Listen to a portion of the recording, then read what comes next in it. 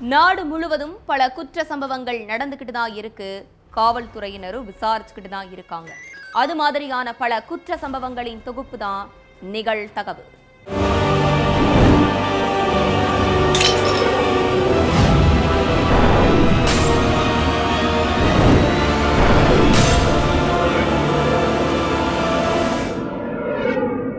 நிகழ்தகவு. வீட்டில் தூங்கிக் கொண்டிருந்த இளைஞர் வாசல் கதவை உடைத்துக் கொண்டு உள்ளே புகுந்த மற்றொரு இளைஞர். மகனின் உயிரை காப்பாற்ற தனது உயிரை பணயம் வைத்து போராடிய பாசத்தாய் தாயின் உயிரையும் தங்கையின் உயிரையும் காப்பாற்றிவிட்டு துடிதுடித்து உயிரிழந்த அப்பாவி இளைஞர். விளையாட்டாக செய்த பிராங்க் கால் கொடூர கொலை வரை சென்றது எப்படி? கொலையாளி சிக்கினானா? நடந்தது என்ன?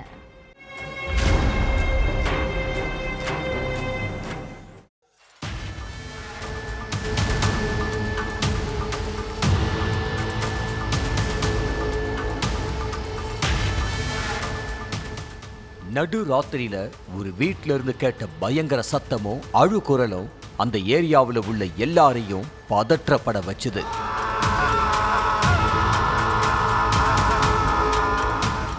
ஒரு சில பேரு வீட்டு கதவை திறந்து ஓடோடி வந்து பார்த்தாலும் ஒரு சிலர் உயிர் பயத்துல வீட்டு ஜன்னல் வழியா எட்டி பார்த்திருக்காங்க. அப்போ நடு ரோட்டுல ரத்த வெள்ளத்துல இளைஞர் ஒருத்தர் இறந்து கிடந்தாரு. அந்த இளைஞரோட அம்மாவும் தங்கச்சியும் பக்கத்துல உட்கார்ந்து கதறிக்கிட்டு இருந்திருக்காங்க.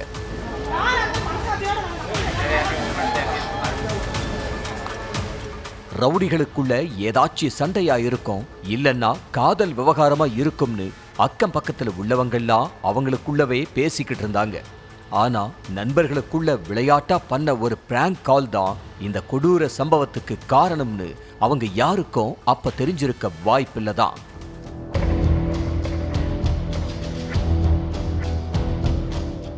மதுரை சிலைமான் பகுதிக்கு பக்கத்துல உள்ள கல்மேடு கிராமத்தைச் சேர்ந்த அரசு ஸ்கூல் படிப்பை முடிச்சிட்டு பெயிண்டரா வேலை பார்த்துட்டு இருந்திருக்காரு.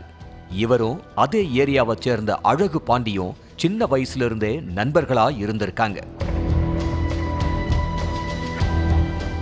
ஒரு நாள் அழகு பாண்டி அரசோட செல்போன் நம்பருக்கு வேறொரு செல்போன்ல இருந்து கால் பண்ணி பேசி இருக்கான்.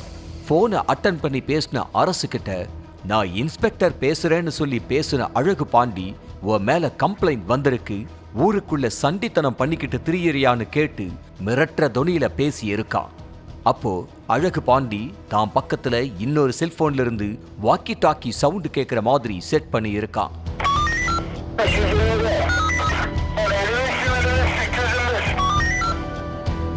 போன்ல வாக்கி டாக்கி சவுண்ட் கேட்ட அரசு உண்மையிலேயே போலீஸ் ஆபீசர் தான் பேசுறாருன்னு நினைச்சு பயந்திருக்காரு.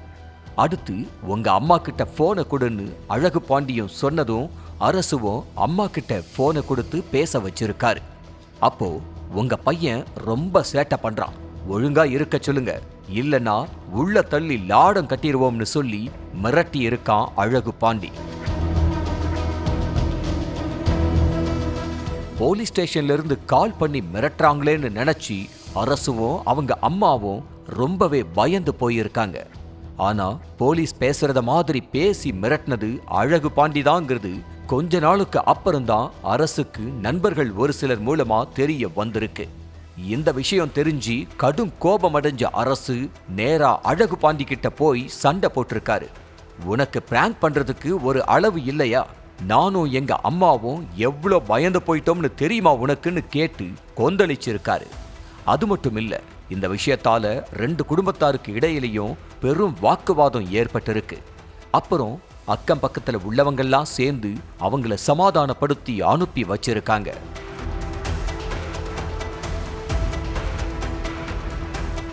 இதுக்கிடையில அரசுவும் அழகு பாண்டியோட அண்ணன் செல்லப்பாண்டியும் ரோட்ல வச்சு ஒருத்தருக்கொருத்தர் சந்திச்சிருக்காங்க. அப்போ செல்லப்பாண்டிய பார்த்து அரசு கோபத்துல முறைச்சுக்கிட்டே இருந்ததா சொல்லப்படுது.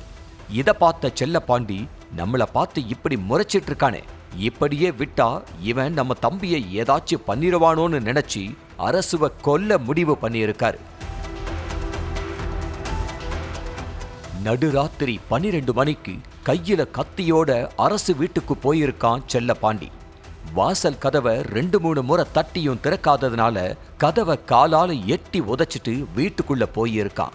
அப்போ அரசுவோட அம்மா செல்லப்பாண்டிய தடுத்து நிறுத்தி இருக்காங்க. செல்லப்பாண்டி அவங்கள பிடிச்சு கீழே தள்ளி விட்டுட்டு அரசுவோட கழுத்திலேயே கத்தியால கொத்தி இருக்கான். கழுத்துல கத்தி குத்து விழுந்ததால அரசு அங்கேயே சுருண்டு விழுந்திருக்காரு.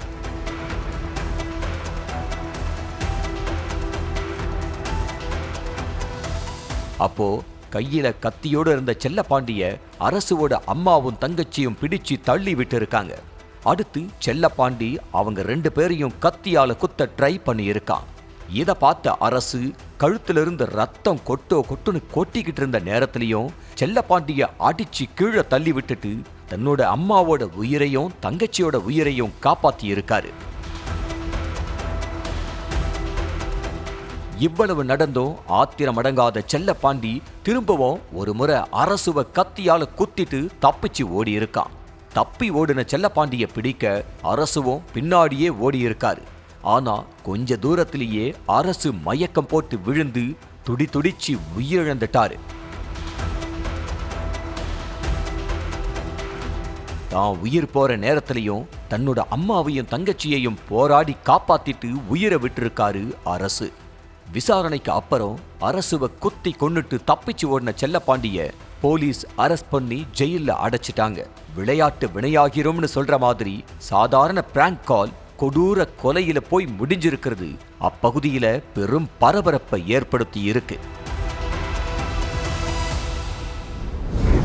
காலையில் வழக்கம் போல் வகுப்பறைகளை ஆய்வு செய்ய சென்ற பள்ளி முதல்வர் திடீரென குறுக்கே புகுந்து வழிமறித்த 2 மாணவர்கள்.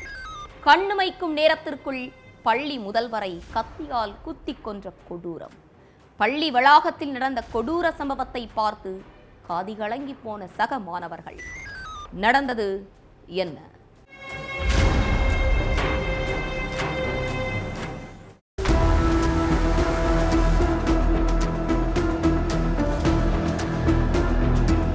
காலையில சீக்கிரம் எழுந்து கிளம்பி ஸ்கூலுக்கு வந்த மாணவ மாணவிகள் எல்லாம் கிளாஸ்ல உட்கார்ந்து பாடத்தை கவனிச்சிட்டு இருந்தாங்க.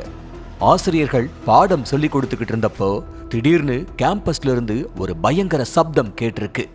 அந்த சப்தத்தை கேட்டு பசங்க மட்டுமில்ல ஆசிரியர்களே ஒரு நிமிஷம் பதறி போயிட்டாங்க. அந்த அலறல் சத்தத்தை கேட்டு பயந்து போன மாணவர்களும் ஆசிரியர்களும் அங்க நடந்த சம்பவத்தை நேர்ல பார்த்ததும் கதிகலங்கி போயிட்டாங்க. ஏன்னா ஸ்கூல் கேம்பஸ்ல நடந்த அந்த சம்பவம் அவ்வளவு கொடூரமா இருந்திருக்கு.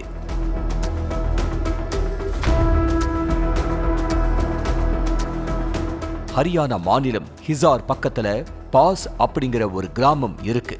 இந்த கிராமத்துல கர்த்தர் மெமோரியல் சீனியர் செகண்டரி ஸ்கூல் கடந்த சில ஆண்டுகளா செயல்பட்டுக்கிட்டு இருக்கு. சுற்றுவட்டார பகுதிகளில் இருந்து ஏகப்பட்ட மாணவ மாணவிகள் இங்க படிச்சுக்கிட்டு இருக்காங்க. 50 வயதான ஜக்பீர் சிங் தான் இந்த ஸ்கூலோட பிரின்சிபல்.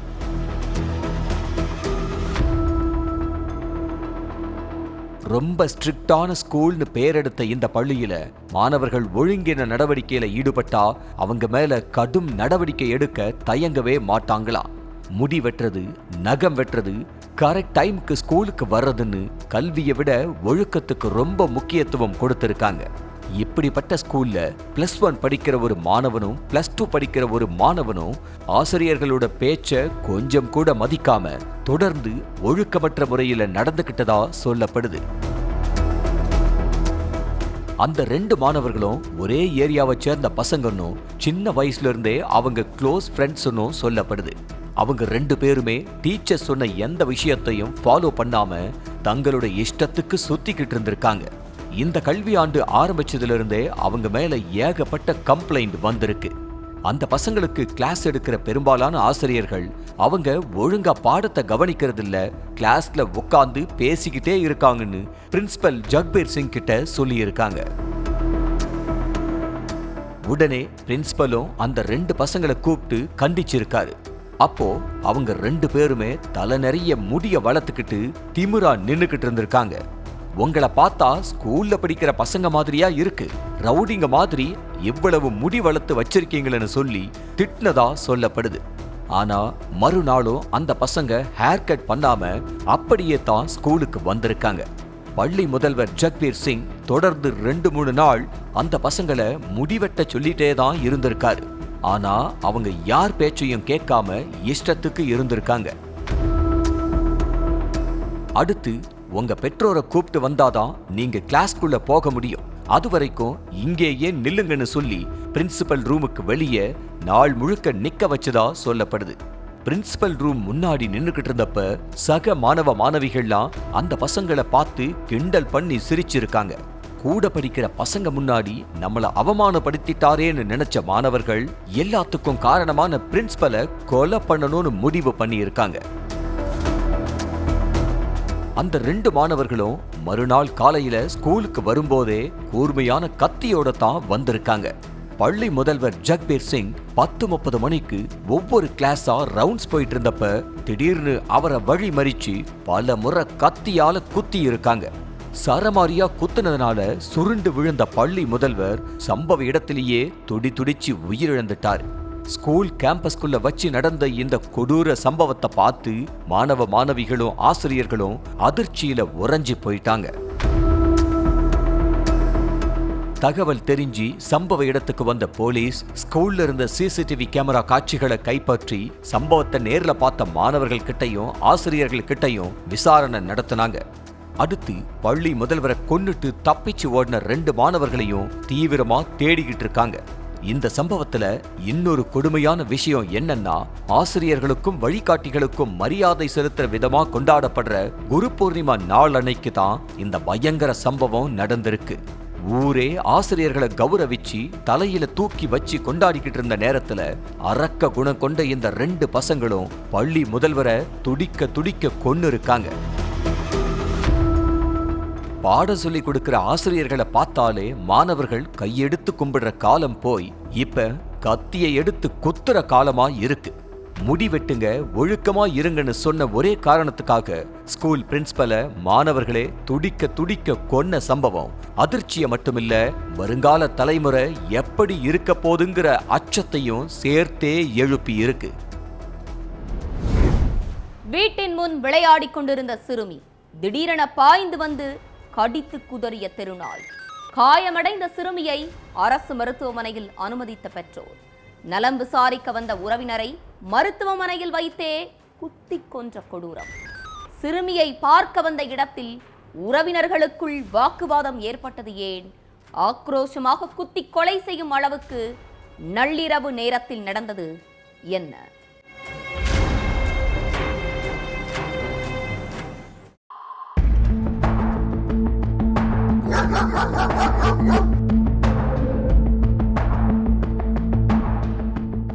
வீட்டு முன்னாடி விளையாடிக்கிட்டு இருந்த சிறுமிய தெருநாய் ஒண்ணு பாஞ்சு கடிச்சிருக்கு.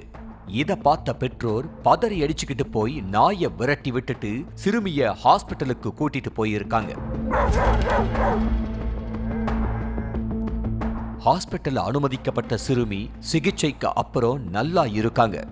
ஆனா சிறுமிய நலம் விசாரிக்க போன உறவினர் அதே ஹாஸ்பிட்டலை வச்சு கொடூரமான முறையில உயிரிழந்துட்டார். கொடைக்கானல் வடக்கவுஞ்சி பகுதியைச் சேர்ந்த 31 வயதான கருப்புசாமி திருப்பூர் குமாரானந்தபுரம் பகுதியில மனைவி பிள்ளைங்களோட தங்கி டிரைவரா வேலை பார்த்துட்டு இருந்திருக்காரு. இவரோட தங்கச்சி பிரியா தன்னோட கணவர் மகள் கூட திருப்பூர்ல தான் வசிச்சுக்கிட்டு வந்திருக்காங்க. பிரியாவோட 10 வயசு மகள் வீட்டுக்கு முன்னாடி பக்கத்து வீட்டு பிள்ளைங்களோட விளையாடிக்கிட்டு இருந்திருக்காங்க. அப்போ அங்கு சுத்திக்கிட்டு இருந்த தெருநாய் ஒண்ணு சிறுமிய கடிச்சிருக்கு. இத பார்த்து பதற்றமடைஞ்ச பெற்றோர் சிறுமிய திருப்பூர் அரசு மருத்துவக் கல்லூரி மருத்துவமனையில அட்மிட் பண்ணி இருக்காங்க. தங்கச்சி மகளை நாய் கடிச்சிருச்சுன்னு தெரிஞ்ச கருப்புசாமி ஹாஸ்பிட்டலுக்கு பார்க்க போயிருக்காரு. அங்க டாக்டர்கள் சிறுமிக்கு நல்லபடியா ட்ரீட்மெண்ட் கொடுத்ததுனால சிறுமியும் நல்ல நிலையில தான் இருந்திருக்காங்க. ஆனா தங்கச்சி பிரியாவோட கணவர் கார்த்திகேயன் கிட்ட போய் பிள்ளைய எதுக்கு கவர்மெண்ட் ஹாஸ்பிட்டல்ல கொண்டு வந்து சேர்த்தீங்க, பிரைவேட் ஹாஸ்பிட்டலுக்கு கூட்டிட்டு போயிருக்கலாமேன்னு கோபமா கேட்டிருக்காரு. இதெல்லாம் நடந்தது ஹாஸ்பிட்டல் வளாகத்துல உள்ள டீ கடையில வச்சு.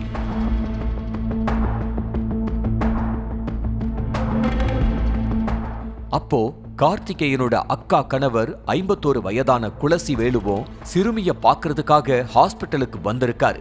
அப்போ நாய்க்கடிக்கு கவர்மெண்ட் ஹாஸ்பிட்டல்ல தான் சரியான ட்ரீட்மெண்ட் கிடைக்கும், பிரைவேட் ஹாஸ்பிட்டலுக்கு போனா சரியா வராதுன்னு கருப்பசாமி கிட்ட சொல்லி இருக்காரு.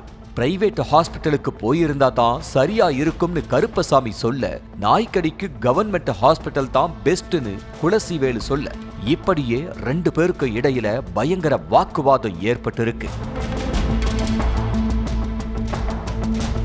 ஒரு கட்டத்துல வாக்குவாதம் அதிகமாகி குலசிவேலுவை கருப்பசாமி அடிச்சு தள்ளி விட்டிருக்காரு.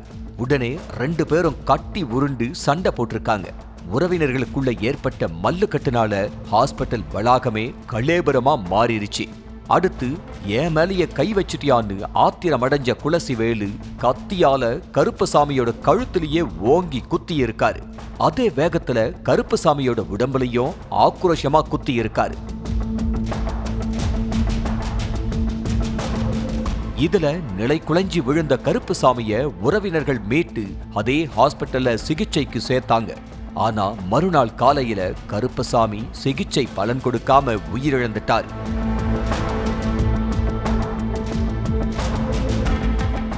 சொந்தக்காரங்களுக்குள்ள ஏற்பட்ட சின்ன வாக்குவாதம் கடைசியில விபரீதத்துல போய் முடிஞ்சிருக்கு.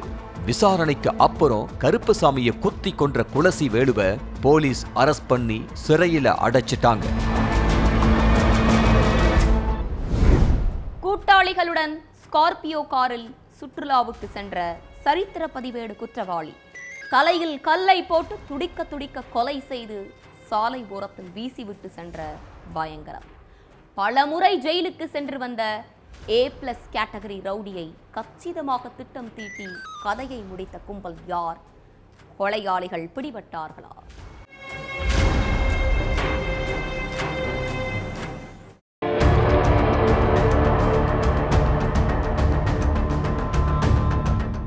சாலையோரத்துல இளைஞர் ஒருத்தர் கொலை செய்யப்பட்டு கிடக்கிறதா போலீஸுக்கு தகவல் போயிருக்கு.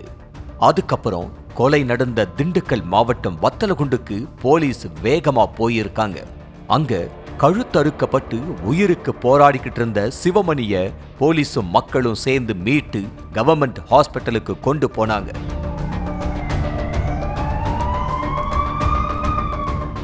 ஆனா அங்க சிகிச்சை பலனளிக்காம சிவமணி உயிரிழந்துட்டாரு. அதுக்கப்புறம் சிவமணிய இப்படி பண்ணது யாரு, என்ன நடந்துச்சுன்னு விசாரிக்க ஆரம்பிச்சப்ப சினிமாவையே மிஞ்சுற அளவுக்கு பல திடுக்கிடும் தகவல்கள் வெளிவந்துச்சு. மதுரை ஜெய்ஹிந்த்புரத்தை சேர்ந்தவர் தான் இந்த சிவமணி.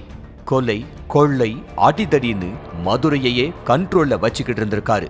மதுரை நகருக்குள்ள சிவமணி மட்டுமில்ல, அந்த கேங்க சேர்ந்தவன்னு சொன்னாலே மக்கள் எல்லாரும் நடுங்குவாங்களாம். அந்த அளவுக்கு ஊரையும் ஊர் மக்களையும் ஆட்டி படைச்சுக்கிட்டு இருந்திருக்காரு சிவமணி. எல்லா கிரிமினல் வேலைகளையும் செஞ்சுக்கிட்டு சிவமணிக்கு பக்கபலமா இருந்ததே அவர் கூட வச்சிருந்த கூட்டாளிகளை தான். சிவமணி என்ன சொன்னாலும் மறுவார்த்தை பேசாம அந்த வேலையை கச்சிதமா முடிச்சிருவாங்க. ஆனா சிவமணிய அண்ணன்னு சொல்லிக்கிட்டு எவ்வளவு நெருக்கமா இருந்தாங்களோ அதே அளவுக்கு சிவமணிக்கும் அவரோட கூட்டாளிகளுக்கும் இடையில பகை உருவாகி இருக்கு. சிவமணி மேல 2 கொலை வழக்குகள், 7 கொலை முயற்சி வழக்குகள்னு இப்படி பல போலீஸ் ஸ்டேஷன்ல ஏகப்பட்ட வழக்குகள் நிலுவையில இருக்கு. வியாபாரிகள்ல இருந்து நடுத்தர மக்கள் வரைக்கும் சிவமணிய பார்த்து அலறி இருக்காங்க. மதுரையில சிவமணி மட்டுமில்ல, ஒவ்வொரு பகுதியிலையும் ஒவ்வொரு ரவுடி ஃபார்ம் ஆகி இருக்காங்க. உன் ஏரியாவுக்குள்ள நானும் வரமாட்டேன், என் ஏரியாவுக்குள்ள நீயும் வரக்கூடாதுன்னு ஆளாளுக்கு ரவுடி ராஜ்யமும் நடத்தி இருக்காங்க.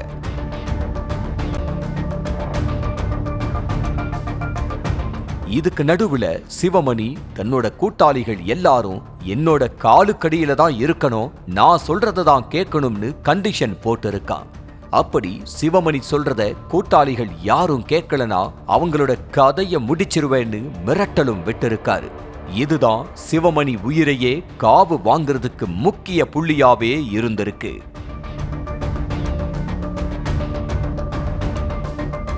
சிவமணியோட மிரட்டல்களையும் அவன் கொடுக்கிற டார்ச்சரையும் சமாளிச்சுக்கிட்டு வேண்டா வெறுப்பா அவனோடவே இருந்திருக்காங்க கூட்டாளிகள். ஒரு கட்டத்துல ஆத்திரமான சிவமணி கூட்டாளிகள் இவனை இப்படியே விட்டா நம்மள நிம்மதியா இருக்க விட மாட்டான், சிவமணி கதைய ஒரே அடியா முடிச்சிட வேண்டியதுதான்னு முடிவு பண்ணி இருக்காங்க. ஆனா அந்த நேரம் பார்த்து சிவமணி ஒரு கொலை முயற்சி வழக்குல போலீஸ் அரெஸ்ட் பண்ணி ஜெயில்ல போட்டுட்டாங்க. அதனால கூட்டாளிகளோட பிளான் கடப்புல கடந்திருக்கு. இதுக்கு நடுவுல தான் மர்டர் அட்டம் கேஸ்ல ஜெயிலுக்கு போன சிவமணி சில மாசத்துக்கு முன்னாடி வெளியே வந்திருக்கான். சிவமணி ரிலீஸ் ஆன விஷயம் தெரிஞ்சதுமே மர்டர் பிளான் போட ஆரம்பிச்சிருக்காங்க சிவமணி கூட ரத்தம் வந்த போல இருந்த கூட்டாளிகள். பல முறை போட்ட எல்லா மர்டர் ஸ்கெட்சில இருந்து ஒவ்வொரு முறையும் எஸ்கேப் ஆகியிருக்காரு சிவமணி. இதுக்கு நடுவுல சிவமணி கிட்ட அவனோட கூட்டாளிகள் நைஸா பேச்சு கொடுத்திருக்காங்க. அண்ணா, நம்ம எல்லாரும் டூர் போய் ரொம்ப நாள் ஆச்சு, கொடைக்கானலுக்கு போயிட்டு வரலாம்னு சொல்லி இருக்காங்க. அதுக்கு எதையும் யோசிக்காம உடனே ஓகே சொல்லி இருக்காரு சிவமணி. இந்த கொடைக்கானல் டூர் சிவமணியோட கதையை முடிக்கத்தாங்கிறது அவருக்கு தெரியாது. சிவமணியும் கூட்டாளிகள் 5 பேரும் ஸ்கார்பியோ கார்ல கொடைக்கானலுக்கு கிளம்பி போயிட்டு இருந்திருக்காங்க. போற வழியில ஏற்கனவே வாங்கி வச்சிருந்த மதுவை ஊத்தி கொடுத்ததுல சிவமணிக்கு போதை தலைக்கேறி இருக்கு. அப்போ கார்ல இருந்த கூட்டாளிகள் மறைச்சு வச்சிருந்த கத்தியை எடுத்து சிவமணி கழுத்தை கரகரன்னு அறுத்து சிவமணிய சாலையோரத்துல வீசிட்டு எஸ்கேப் ஆகி இருக்காங்க. இந்த சம்பவம் திண்டுக்கல் மாவட்டம் திண்டுக்கல் வர வழியில நடந்திருக்கு. மொத்த உண்மையும் போலீஸ் விசாரணையில தெரிய வந்திருக்கு. அதுக்கப்புறம் அங்கிருந்த சிசிடிவி கேமரா காட்சிகளை கைப்பற்றின போலீஸ் சிவமணியை கொலை பண்ண கூட்டாளிகள் 5 பேரையும் ஸ்பெஷல் டீம் அமைச்சு தேடிக்கிட்டு இருக்காங்க. சட்டையில் இரத்த கரைவுடன் நடுரோட்டில் அமர்ந்து அழுது கொண்டிருந்த தம்பி, முந்திரி தோப்பில் இரத்த வெள்ளத்தில் உயிருக்கு போராடி கொண்டிருந்த அண்ணன், தோப்பில் வழிந்த இரத்தத்தை பார்த்து அதிர்ச்சியான உறவினர்கள், உறங்கிக் கொண்டிருந்த சொந்த அண்ணனின் முகத்தை கத்தியால் குத்தி கிழிக்கும் அளவிற்கு அப்படி என்ன பிரச்சனை? கொடூர சம்பவத்தின் பின்னணி என்ன?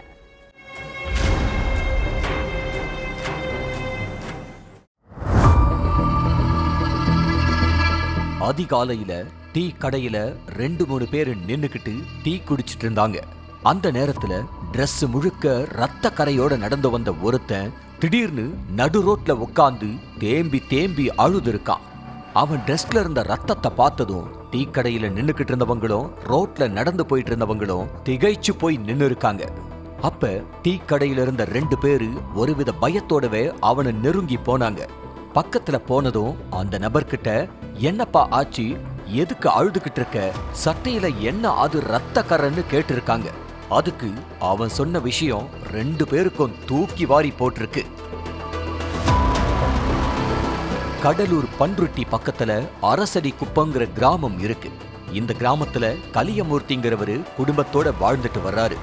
இவருக்கு விஜயராகவன், முருகவேல்னு 2 பசங்க இருக்காங்க. 2 பேருக்கும் கல்யாணம் ஆயிருச்சு. மூத்த மகன் விஜயராகவன் அப்பா கலியமூர்த்தி கூட வாழ்ந்துட்டு வர்றாரு. இளைய மகன் முருகவேல் மனைவி பிள்ளைகளோட பக்கத்து ஊர்ல வாழ்ந்துட்டு வர்றாரு. கலியமூர்த்திக்கு நிறைய சொத்து பத்து இருக்கு. அந்த எல்லா சொத்துக்கும் விஜயராகவனும் முருகவேலும் தான் வாரிசு. கல்யாணம் முடிஞ்ச கையோட மகன்களுக்கு சொத்தை பிரிச்சு கொடுக்க முடிவு பண்ணியிருக்காரு கலியமூர்த்தி. ஆனா விஜயராகவனும் முருகவேலும் ஒத்துமையா இல்லாம எலியும் பூனையுமா இருந்திருக்காங்க.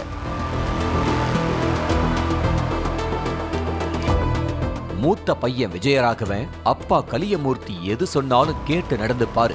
முருகவேல் அப்படி இல்ல. கல்யாணத்துக்கு முன்னாடியே சொத்தை பிரிச்சு கொடுன்னு கேட்டு ஒத்த கால்ல நின்னு இருக்காரு. அது மட்டும் இல்லாம சொத்து பத்து இருக்குன்னு ஊருக்குள்ள கெத்தா சுத்தின முருகவேல் எந்த வேலை வெட்டிக்கும் போகாம இருந்ததா சொல்லப்படுது. என்னதான் சொத்து இருந்தாலும் வேலைக்கு போய் சம்பாதிச்சாதான் 4 பேர் மதிப்பாங்கன்னு அறிவுரை சொல்லியும் முருகவேல் கேட்கல. திருமணம் செஞ்சு வச்சா பொறுப்பு வந்துரும்னு நினைச்ச கலியமூர்த்தி ஒரு பொண்ணை பார்த்து மகனுக்கு கல்யாணம் பண்ணி வச்சிருக்காரு. அதோட தனி குடித்தனம் வச்சாதான் உழைக்கணும்னு எண்ணம் வரும்னு கல்யாணம் ஆன சில மாசத்திலேயே பக்கத்து ஊர்ல ஒரு வீட்டை பார்த்து மகனையும் மருமகளையும் குடி வச்சிருக்காரு. ஆனா அப்படியும் முருகவேல் திருந்தல. கல்யாணமாகி 15 வருஷத்துக்கு மேல ஆயிருச்சு. சொத்து மேல இருக்கிற வெறியும் குறையல. அரசடி குப்பத்திலேயே 20 ஏக்கர்ல வாழைத்தோப்பு, முந்திரி தோப்பு, கரும்பு தோப்புன்னு வச்சிருக்காரு கலியமூர்த்தி. இத விஜயராகவன் தான் பராமரிச்சுக்கிட்டு வர்றாரு. சம்பவம் நடந்த முன்னாடி நாள் அப்பா வீட்டுக்கு வந்த முருகவேல் சொத்தை பிரிச்சு கொடுங்கன்னு கேட்டு பயங்கரமா வாக்குவாதம் பண்ணியிருக்காரு. அப்போ வீட்ல இருந்த விஜயராகவன், என்னடா சும்மா சொத்து சொத்துன்னு கேட்டு தொந்தரவு பண்ணிட்டு இருக்கேன்னு கேட்டு சத்தம் போட்டிருக்காரு. அந்த நேரத்துல விஜயராகவன் பேர்ல தான் எல்லா சொத்தையும் எழுதி வைக்க போற, உனக்கு என்னோட சொத்துல எந்த பங்கும் கிடையாதுன்னு முருகவேலை விரட்டி விட்டிருக்காரு. அதனால முருகவேலுக்கு ஆத்திரத்தோட சேர்ந்து பயமும் வந்திருக்கு. அப்பா சொத்து எல்லாத்தையும் அண்ணன் பேர்ல எழுதி வச்சுட்டா என்ன பண்றது? இந்த காலத்துல பணம் சொத்து இருந்தாதானே மதிப்பாங்கன்னு பயந்த முருகவேல் விஜயராகவனோட கதையவே முடிக்க பிளான் போட்டிருக்காரு. சம்பவத்தன்னைக்கு முந்திரி தோப்புல தூங்கிக்கிட்டு இருந்திருக்காரு விஜயராகவன். அதை தெரிஞ்சுக்கிட்டு கையில கத்தியோட அங்க வந்த முருகவேல் ஆழ்ந்து தூங்கிக்கிட்டு இருந்த அண்ணன் விஜயராகவனோட முகம் கழுத்தையும் சரமாரியா வெட்டி போட்டுட்டு நடு ரோட்ல உட்கார்ந்து அழுதுருக்கா. அப்போ அங்கிருந்தவங்க முருகவேல் சட்டையில் இருந்த ரத்த கரையை பார்த்து விசாரிச்சப்பதான் விஜயராகவனுக்கு நடந்த கொடூரமே தெரிய வந்துச்சு. அடுத்து முந்திரி தோப்புக்கு போன மக்களும் சொந்தக்காரங்களும் ரத்த வெள்ளத்துல உயிருக்கு போராடிக்கிட்டு இருந்த விஜயராகவனை மீட்டு ஹாஸ்பிட்டலுக்கு அனுப்பி வச்சாங்க. மக்கள் தோப்புக்கு போன கேப்ல முருகவேல் அங்கிருந்து எஸ்கேப் ஆயிட்டான். விஷயம் தெரிஞ்சுக்கிட்டு ஸ்பாட்டுக்கு போன போலீஸ் முருகவேல் மேல கொலை முயற்சி வழக்கு பதிவு பண்ணி தலைமறைவான முருகவேலை தேடிக்கிட்டு இருக்காங்க. 5 வயசுல அண்ணன் தம்பி, 10 வயசுல பங்காளிங்கிற மாதிரி சொத்துக்காக சொந்த அண்ணனையே கொலை செய்ய முயற்சி பண்ண முருகவேலோட வெறித்தனம் ஊர் மக்கள் மத்தியில கொந்தளிப்பதான் ஏற்படுத்தி இருக்கு. ஒவ்வொரு குற்றங்களின் முடிவும் சட்டத்தின் கையில். விசாரணை தொடரும்.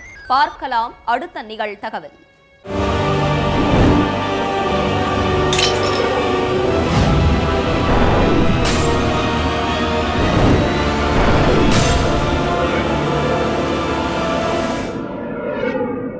நிகழ்தகவு.